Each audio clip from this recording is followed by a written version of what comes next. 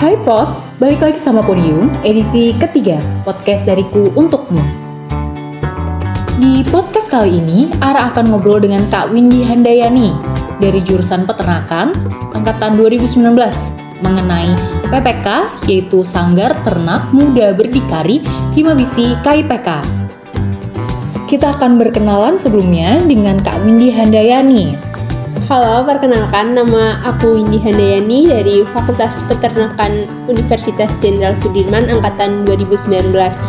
Kebetulan di program penguatan kapasitas Ormawa ini diberikan amanah untuk menjadi ketua dari tim PPK Ormawa Himabisi KIPK Unsur. Sebuah amanah dan tanggung jawab yang luar biasa nih Kak Windy. Bisa dong diceritain gimana pengalaman kakak bersama tim selama kegiatan berlangsung? Ya, amanah yang luar biasa dan pengalaman yang luar biasa buat aku dan juga kita tuh banyak banget pengalaman yang didapatkan, pembelajaran yang didapatkan selama 8 bulan gitu ya. Kita saling mengenal 15 kepala yang isinya beda-beda ya, tentu ya, kayak harus saling sabar ngadepin satu sama lain, harus saling kerjasama dan harus saling mengerti gitu. Pesannya itu yang pasti senang karena kita juga bisa berinteraksi dengan pemuda, menambah relasi juga di dalam program ini. Juga kita nggak cuma ke pemuda tapi juga ke dosen, ke pihak-pihak Kemendikbud, ke universitas maupun pihak lain yang terkait gitu. Pastinya nggak hanya mengepalai proyek-proyek aja ya Kak. Selama 8 bulan yang penuh dedikasi untuk terus berkontribusi di bidang peternakan yang harus banget diperhatikan para terpelajar supaya tercipta kesejahteraan pangan di masa depan. Omong-omong nih Kak, ada beberapa pertanyaan yang masuk dari sobat-sobat Podium. Di pertanyaan pertama, apa sih PPK Ormawa itu ya Kak? Ya, jadi PPK Ormawa merupakan program penguatan kapasitas organisasi kemahasiswaan melalui serangkaian proses pembinaan organisasi mahasiswa oleh perguruan tinggi yang diimplementasikan dalam program pengabdian dan pemberdayaan masyarakat. Sebenarnya program ini itu sama kayak program PHP 2D tahun lalu, di mana fokusnya itu ke pemberdayaan masyarakat. Namun yang membedakan di sini adalah selain berfokus pada kemajuan masyarakat sasaran program pengabdian dan pemberdayaan, tapi juga berfokus pada pengembangan soft skill dan hard skill dari anggota timnya sendiri gitu. Itu merupakan salah satu terobosan baru di program PPK Ormawa ini yang membedakan dari PHB 2D tahun lalu gitu. Jadi mirip-mirip sama PHB 2D tapi lebih fokus untuk mengembangkan soft skill dan hard skill ya Kak. Jadi apa sih keuntungan-keuntungan dari ikut PPK Ormawa ini? Ada beberapa keuntungan yang kita dapatkan ketika mengikuti PPK Ormawa. Nah, yang utama itu pasti kan kita dapat pengalaman dan pelajaran untuk peningkatan soft skill dan hard skill kita. Yang kedua itu kita juga bisa dapat relasi gitu. Kebetulan kemarin aku itu sendiri juga bisa dapat pekerjaan dari pemuda yang menjadi masyarakat sasaran gitu. Nah, yang selanjutnya itu yang paling disukai sama mahasiswa itu adalah ke konversi SKS.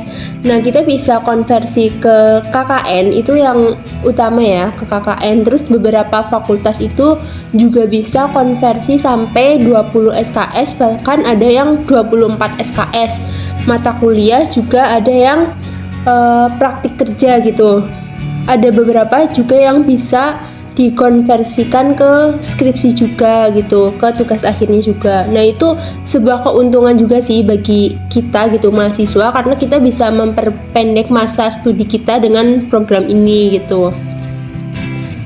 Banyak banget keuntungan-keuntungan mengikuti PPK Ormawa ini ya Kak. Selain soft skill, hard skill yang sangat dibutuhkan mahasiswa, juga bisa memperoleh keuntungan atau cuan.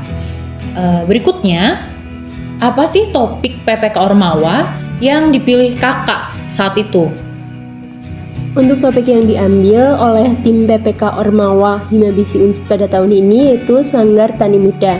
Topik Sanggar Tani Muda yaitu bersama masyarakat membuat kelembagaan petani muda sebagai pusat layanan pengembangan pertanian unggulan berbasis tani muda dengan usia 15 hingga 35 tahun.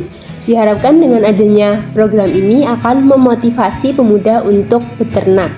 Alasan pengambilan topik ini karena kita melihat sendiri ya, dimana saat ini motivasi pemuda untuk beternak gitu khususnya sangat rendah gitu, dan juga kita melihat permasalahan yang ada di desa gitu. Jadi pengambilan topik ini kita sesuaikan dengan permasalahan atau keluh kesah dari masyarakat di desa tempat kita melakukan kegiatan seperti itu.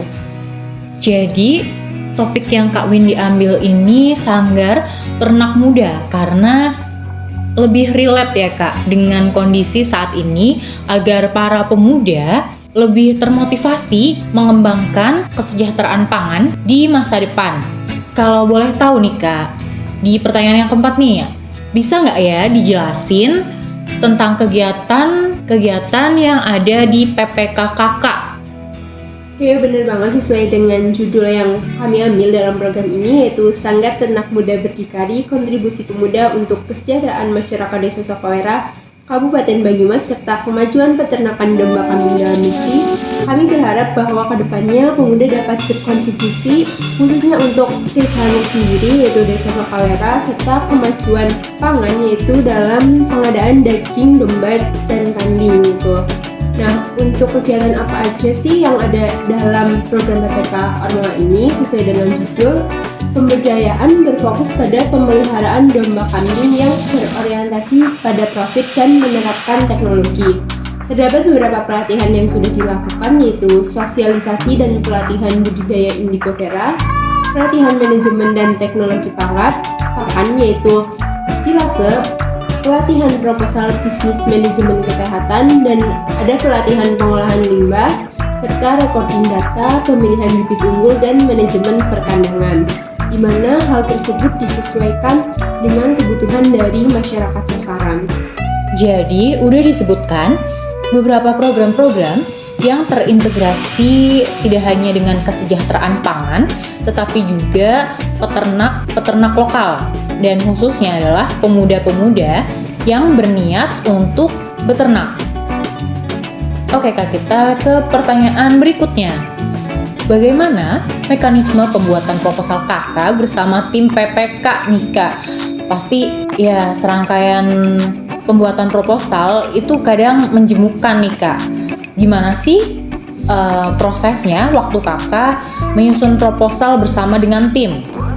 Mekanisme pembuatan proposal ini dimulai dari setelah kita mengikuti sosialisasi di sekitar bulan Maret sampai awal April, lalu kita langsung mengadakan pembentukan kelompok, dan pada bulan April itu juga kita mulai melakukan survei dan mengumpulkan data dari desa tempat program sasaran kita. Nah, setelahnya kita melakukan pembagian tugas penyusunan proposal disesuaikan dengan format proposal yang ada di buku panduan. Terus mengadakan rapat dan diskusi langsung dalam penyusunan proposal, dan juga kita tetap berkomunikasi dengan dosen pendamping dan pembina Ormawa dalam proses penyusunan proposal. Mengikuti arahan panitia universitas sampai dengan tahap unggah proposal itu sendiri, seperti itu. Gimana nih Pots? Udah disimak belum? Pertanyaan yang berikutnya juga butuh untuk disimak lagi nih, yaitu tips-tips dari Kak Windy untuk teman-teman podium yang ingin ikut PPK Ormawa periode berikutnya.